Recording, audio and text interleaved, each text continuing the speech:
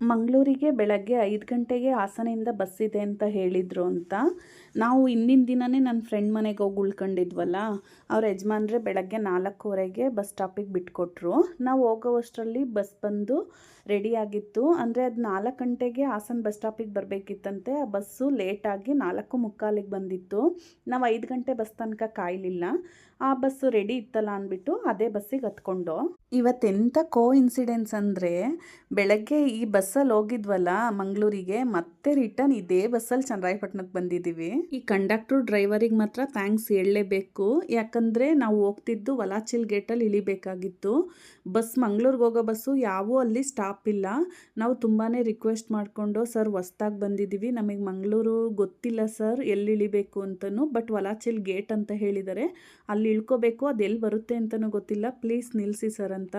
ಅವ್ರು ಅದಕ್ಕೆ ಜೆಂಟ್ಸಿಗಾದರೆ ಸ್ಟಾಪ್ ಕೊಡ್ಬೋದು, ನಿಮಗೆ ಫ್ರೀ ಟಿಕೆಟು ಲೇಡೀಸಿಗೆ ಆ ಥರ ಕೊಟ್ಟರೆ ನಮಗೇನೆ ತೊಂದರೆ ಕೊಡಲ್ಲ ಅಂತ ಹೇಳಿದರು.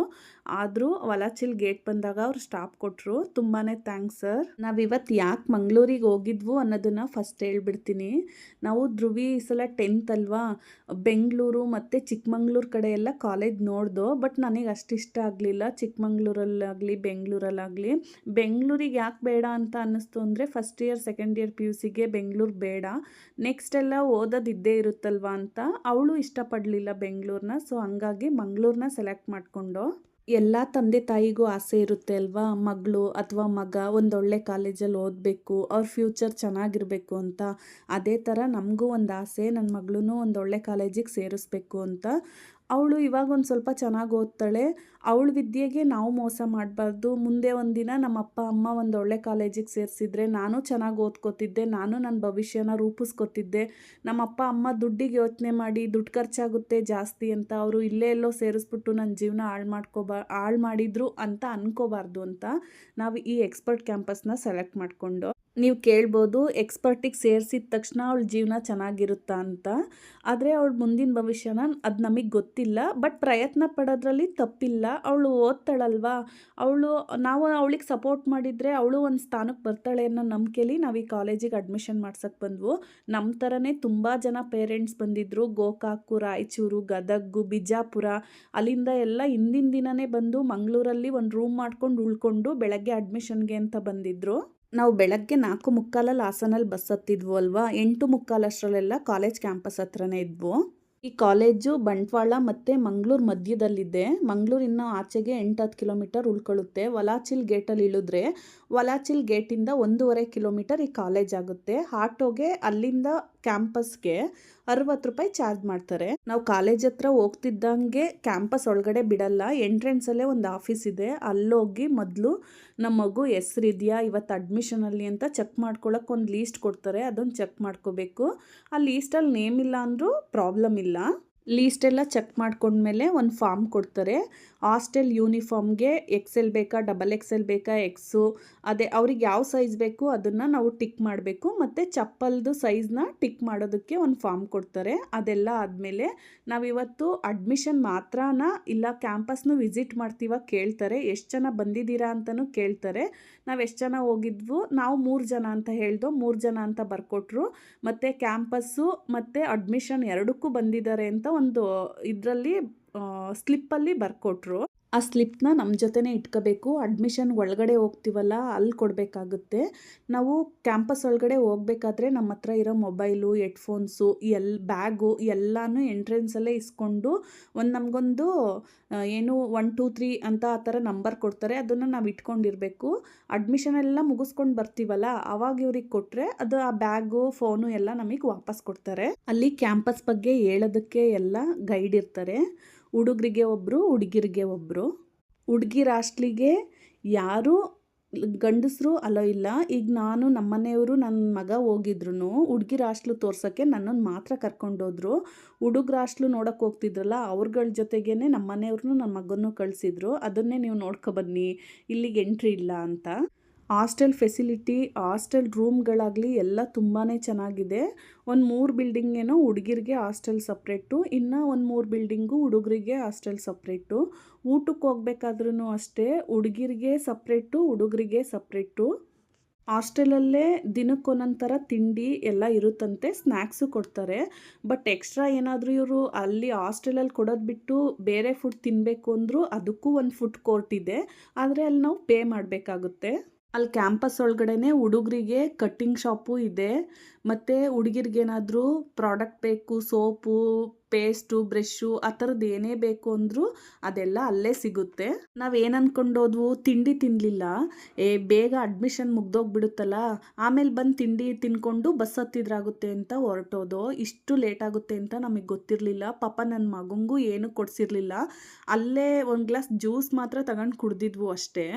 ಅಡ್ಮಿಷನ್ ಮಾಡ್ಸೋಕೆ ಹೋಗ್ತೀವಲ್ಲ, ಅಲ್ಲಿ ಮಕ್ಳಿಗೂ ಎಂಟ್ರಿ ಇಲ್ಲ, ಅಪ್ಪ ಅಮ್ಮ ಮಾತ್ರ ಹೋಗಬೇಕು.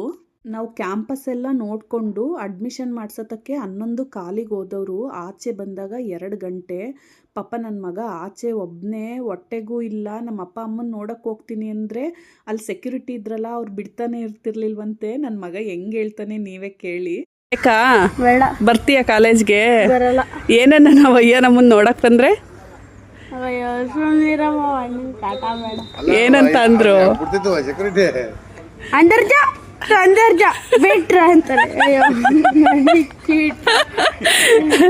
ನಾನು ಹೊಟ್ಟೆಗೆ ಊಟ ಮಾಡಿಲ್ಲ ಕಣಯ್ಯ ನೀವೇ. ಮಾಡ್ತಿದ್ದೀವಿ ನೋಡಿ ಏನವ ಬಾರವಲ್ಲಿ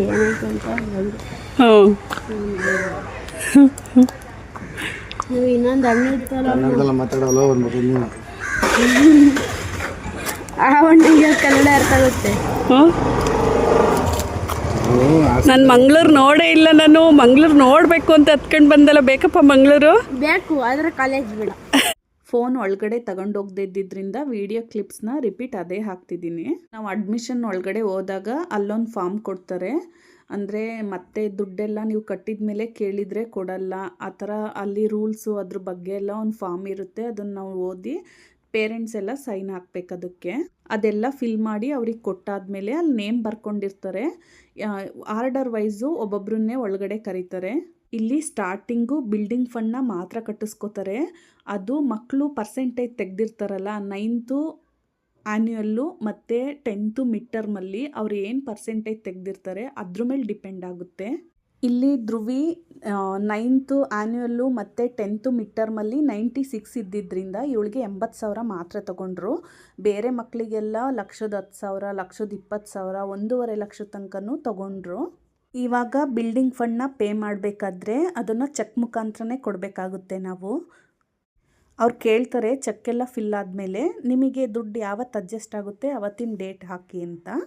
ಡೇಟ್ ಎಲ್ಲ ಹಾಕಾದ್ಮೇಲೆ ಅದ್ರ ಜೊತೆಗೆ ಒಂದು ಪಾನ್ ಕಾರ್ಡ್ ಜೆರಾಕ್ಸ್ನ ಇಸ್ಕೋತಾರೆ. ಇನ್ನು ಉಳಿದಿರೋ ಪೇಮೆಂಟ್ ಎಲ್ಲನೂ ನಾವು ಆನ್ಲೈನ್ ಮುಖಾಂತರನೇ ಹಾಕಬೇಕಾಗುತ್ತೆ. ಅವರು ಲಿಂಕ್ ಕಳಿಸ್ತಾರೆ, ಆ ಲಿಂಕ್ ಓಪನ್ ಮಾಡಿ ನಾವು ಪೇಮೆಂಟ್ ಮಾಡಬೇಕಾಗುತ್ತೆ. ನಮಗೆ ಜನವರಿಗೆ 2 ಲಿಂಕ್ ಬರುತ್ತೆ, ನೀವು ಅದ್ರ ಮುಖಾಂತರ ಅಮೌಂಟ್ನ ಪೇ ಮಾಡಬೇಕು ಅಂತ ಹೇಳಿದ್ದಾರೆ. ನೀಟ್ ಕೋಚಿಂಗ್ದು ಮತ್ತು ಹಾಸ್ಟೆಲ್ ಫೀಸ್ನ. ನಾವು ಆ ಪೇಮೆಂಟ್ ಮಾಡೋದಕ್ಕೂ ಆಲ್ರೆಡಿ 2 ಫಾರ್ಮ್ನ ಕೊಟ್ಟು ಕಳಿಸಿದ್ದಾರೆ ನಮ್ಮ ಜೊತೆಗೇ. ಆ ಪೇಮೆಂಟ್ ಎಲ್ಲ ಆದಮೇಲೆ ನೀವು ಅದನ್ನು ಫಿಲ್ ಮಾಡಿ ಈ ಅಡ್ರೆಸ್ಸಿಗೆ ಕಳಿಸ್ಬೇಕು ಅಂತ. ನಂಗೆ ಗೊತ್ತಿಲ್ಲ ಈ ಪೇಮೆಂಟ್ ಲೀಸ್ಟ್ನ ಹಾಕಬೇಕೋ ಇಲ್ವೋ, ಏನಾದರೂ ಸಮಸ್ಯೆ ಆಗುತ್ತಾ ಹಾಕಿದ್ರೆ ಅಂತ. ಬಟ್ ನನ್ನಂಥ ಹೊಸಬ್ರಿಗೆ ಇದು ಹೆಲ್ಪ್ ಆಗುತ್ತೆ ಅಂತ ಹಾಕಿದ್ದೀನಿ. ನಮಗೀಗ ಜಾನ್ವರಿಗೆ ಲಿಂಕ್ ಕಳಿಸೋದು ನೀಟ್ ಕೋಚಿಂಗ್ದು ಮತ್ತು ಹಾಸ್ಟೆಲ್ ಫೀಸು. ನೀಟ್ ಕೋಚಿಂಗ್ ಬಂದು 1,32,400 ರೂಪಾಯಿ ಮತ್ತು 1,19,000 ಹಾಸ್ಟೆಲ್ ಫೀಸು. ಇಷ್ಟನ್ನು ನಾವು ನೆಕ್ಸ್ಟ್ ಮಂತ್ ಪೇ ಮಾಡಬೇಕು. ಇನ್ನು ಮೇ ಮಂತಿಗೆ ನಾವು ಅವಳನ್ನ ಕಾಲೇಜಿಗೆ ಬಿಡೋ ಅಷ್ಟರಲ್ಲಿ college fees 42,000, college material fees 20,740, coaching material fees 10,620, ಇನ್ನು ಬೆಟರ್ಮೆಂಟ್ ಫೀಸು ಅದರ್ ಫೀಸು 32,000. ಇಷ್ಟನ್ನು ಮೇ ಒಳಗಡೆ ನಾವು ಕಟ್ಟಬೇಕು. ಇನ್ನು 60,000 ಮಾತ್ರ ಮೆಸ್ ಬಿಲ್ಲು 8 ತಿಂಗಳದು, ಅದನ್ನು ಜುಲೈ ಕಟ್ಟೋದಕ್ಕೆ ಹೇಳಿದ್ದಾರೆ. ಟೋಟಲಾಗಿ ನಾವು ಮೊದಲನೇ ವರ್ಷ ಕಟ್ಟೋದು ಹತ್ತತ್ರ 5 ಲಕ್ಷ ಕಾಲೇಜ್ ಫೀಸೇ ಆಗೋಗುತ್ತೆ. ನಮಗೆ ಸೆಕೆಂಡ್ ಇಯರ್ಗೆ 80,000 ಕಡಿಮೆ ಆಗುತ್ತೆ. ಅಂದರೆ ಬಿಲ್ಡಿಂಗ್ ಫಂಡ್ ಇರಲ್ವಲ್ಲ, ಅದು ಮಾತ್ರ ನೆಕ್ಸ್ಟ್ ಇಯರಿಗೆ ಕಡಿಮೆ ಆಗುತ್ತೆ. ಅದರ್ವೈಸ್ ಸೇಮ್ ಇದೆ ಅನ್ಕೊತೀನಿ ಫೀಸು. ನಾವು ಅಡ್ಮಿಷನ್ ಎಲ್ಲ ಮುಗಿಸ್ಕೊಂಡು ಮತ್ತೆ ವಲಾಚಿಲ್ ಗೇಟಿಗೆ ಬಂದು ಅಲ್ಲಿಂದ ಶಟ್ಲು ಬಸ್ ಇದ್ವಲ್ಲ ಅದಕ್ಕೆ ಮಂಗಳೂರಿಗೆ ಹೋಗೋದಕ್ಕೂ ಅಲ್ಲಿ ಜ್ಯೋತಿ ಅಂತ ಇರುತ್ತೆ, ಅಲ್ಲಿ ಇಳ್ಕೊಂಡು ಅಲ್ಲಿಂದ ಮಂಗಳೂರು ಬಸ್ ಹತ್ತಬೇಕು KSRTC ಬಸ್ ಸ್ಟ್ಯಾಂಡಿಗೆ. ಬೆಳಗ್ಗೆಯಿಂದ 3 ಜನಕ್ಕೂ ತಿಂಡಿನೂ ಇಲ್ಲ, ನೀರು ಇಲ್ಲ. ನಮಗೆ ಎಷ್ಟು ಬೇಗ ಹೋಗಿ ಊಟ ಮಾಡ್ತೀವಿ ಅನ್ನಿಸ್ಬಿಟ್ಟಿತ್ತು. ಅಲ್ಲೇ ಮಂಗಳೂರು ಬಸ್ ಸ್ಟ್ಯಾಂಡಲ್ಲಿ ಒಂದೊಂದು ಊಟ ತಗೊಂಡು ಊಟ ಮಾಡಿ ಅಲ್ಲಿಂದ ಚನ್ನರಾಯಪಟ್ಟಣ ಡೈರೆಕ್ಟ್ ಬಸ್ ಹತ್ತಿದ್ವು. ನಮಗೆ ಹೋಗ್ಬೇಕಾದ್ರೆ ಅಷ್ಟೊಂದು ಸುಸ್ತು ಅನ್ನಿಸ್ಲಿಲ್ಲ, ಅಷ್ಟು ಲೇಟು ಆಗಲಿಲ್ಲ. ಬಟ್ ಬರಬೇಕಾದ್ರೆ 3:15 ಮಂಗಳೂರಿಗೆ ಬಸ್ ಹತ್ತವರು. ನಾವು ಚನ್ನರಾಯಪಟ್ಟಣಕ್ಕೆ ಬಂದು ಇಳಿದಾಗ 10 ಗಂಟೆ ರಾತ್ರಿ ಆಗಿತ್ತು. ದುಡ್ಡು ಜಾಸ್ತಿ ಆಗುತ್ತೆ, ಆದರೆ ದುಡ್ಡಿಗೆ ತಕ್ಕನಾಗಿ ಎಜುಕೇಷನ್ ಇದೆ ಮತ್ತು ಸರೌಂಡಿಂಗ್ ಎಲ್ಲ ತುಂಬಾ ಚೆನ್ನಾಗಿದೆ. ಮಕ್ಕಳಿಗೆ ಯಾವುದೇ ಗಲಿಬಿಲಿ ಆ ಸೌಂಡು ಅದು ಯಾವುದೂ ಇಲ್ಲ. ನಿಜವಾಗ್ಲೂ ಕ್ಯಾಂಪಸ್ ಮಾತ್ರ ತುಂಬಾ ಚೆನ್ನಾಗಿದೆ. 3 ತಿಂಗಳಿಗೊಂದ್ಸಲ ಔಟಿಂಗ್ ಬಿಡ್ತಾರೆ, ಆದರೆ ಮನೆಗೆ ಕಳಿಸೋದು ವರ್ಷಕ್ಕೆ ಒಂದೇ ಸಲ. ಫಸ್ಟ್ PU ಎಕ್ಸಾಮ್ ಆದಮೇಲೆ ರಜಾ ಕೊಡ್ತಾರಲ್ಲ ಅವಾಗ ಮಾತ್ರ. ಔಟಿಂಗು ಭಾನುವಾರ ಬಿಡ್ತಾರಂತೆ. ಬೆಳಗ್ಗೆ 9 ಗಂಟೆಗೆ ಭಾನುವಾರ ನಾವು ಆಚೆ ಕರ್ಕೊಂಡು ಬಂದರೆ ಸೋಮವಾರ ಬೆಳಗ್ಗೆ 6 ಗಂಟೆ ಅಷ್ಟರಲ್ಲಿ ಕಾಲೇಜ್ ಕ್ಯಾಂಪಸ್ಸಿಗೆ ತಗೊಂಡೋಗಿ ಬಿಟ್ಬಿಡ್ಬೇಕಂತೆ. ವಾರಕ್ಕೆ 3 ಸಲ ಪೇರೆಂಟ್ಸ್ ಜೊತೆ ಮಾತಾಡೋದಕ್ಕೆ ಅವಕಾಶ ಇರುತ್ತೆ. ವಾರದಲ್ಲಿ 3 ದಿನ ಕೊಟ್ಟಾಗ 10 ನಿಮಿಷ ಕೊಡ್ತಾರಂತೆ ಫೋನಲ್ಲಿ. ವಾರಕ್ಕೆ ಒಂದಿನ ವೀಡಿಯೋ ಕಾಲ್ ಇರುತ್ತಂತೆ. ಭಾನುವಾರ ಮಾತ್ರ ಅರ್ಧ ಗಂಟೆ ಫೋನಲ್ಲಿ ಮಾತಾಡೋದಕ್ಕೆ ಅವಕಾಶ ಇರುತ್ತೆ. ನಮ್ಮ ಮನೆಗಳಲ್ಲೇನಾದ್ರು ಫಂಕ್ಷನ್ ಇದ್ದು ಅವ್ರನ್ನ ನಾವು ಕರ್ಕೊಂಬರ್ಬೇಕು ರಜಾ ಹಾಕ್ಸಿ ಅಂತ ಅಂದರೆ 2 ದಿನ ಮುಂಚೆನೇ ಮೇಲ್ ಮಾಡಬೇಕಂತೆ. ಅವರು ಅದಕ್ಕೆ ರಿಪ್ಲೈ ಕೊಡ್ತಾರಂತೆ, ಇಂಥ ದಿನ ಬಂದು ಕರ್ಕೊಂಡೋಗಿ ಅಂತ. ಅದಕ್ಕೆ ನಾವು ಇನ್ವಿಟೇಷನ್ ಕಾರ್ಡ್ ಆಗಲಿ ಆ ಫಂಕ್ಷನಿಗೆ ಸಂಬಂಧಪಟ್ಟಂಥ ದಾಖಲಾತಿನ ಅವ್ರಿಗೆ ಕೊಡಬೇಕಂತೆ. ನಾವು ದೇವ್ರ ಮೇಲೆ ಭಾರ ಹಾಕಿ ಆ ಕಾಲೇಜ್ನ ಸೆಲೆಕ್ಟ್ ಮಾಡಿ ಇವಳನ್ನ ಅಡ್ಮಿಷನ್ ಮಾಡಿಸ್ಬಂದಿದ್ದೀವಿ. ಅದು ಮುಂದೆ ಏನಾಗುತ್ತೋ ಬಿಡುತ್ತೋ ಗೊತ್ತಿಲ್ಲ. ಎಲ್ಲ ಒಳ್ಳೇದಾದರೆ ಸಾಕು ಅಷ್ಟೇ ಕೇಳ್ಕೊಳ್ಳೋದು ಆ ದೇವರಲ್ಲಿ. ನಮಗಾದ ಅನುಭವನ ಈ ವಿಡಿಯೋದಲ್ಲಿ ನಾನು ನಿಮ್ಮ ಜೊತೆ ಹಂಚ್ಕೊಂಡಿದ್ದೀನಿ. ನಿಮ್ಗೇನಾದರೂ ಈ ವಿಡಿಯೋ ಸ್ವಲ್ಪನಾದರೂ ಯೂಸ್ ಆಗುತ್ತೆ ಅಂತ ಅನಿಸಿದರೆ ದಯವಿಟ್ಟು ಲೈಕ್ ಮಾಡಿ, ಬೇರೆಯವ್ರಿಗೂ ಶೇರ್ ಮಾಡಿ, ಸಬ್ಸ್ಕ್ರೈಬ್ ಮಾಡಿ. Thank you.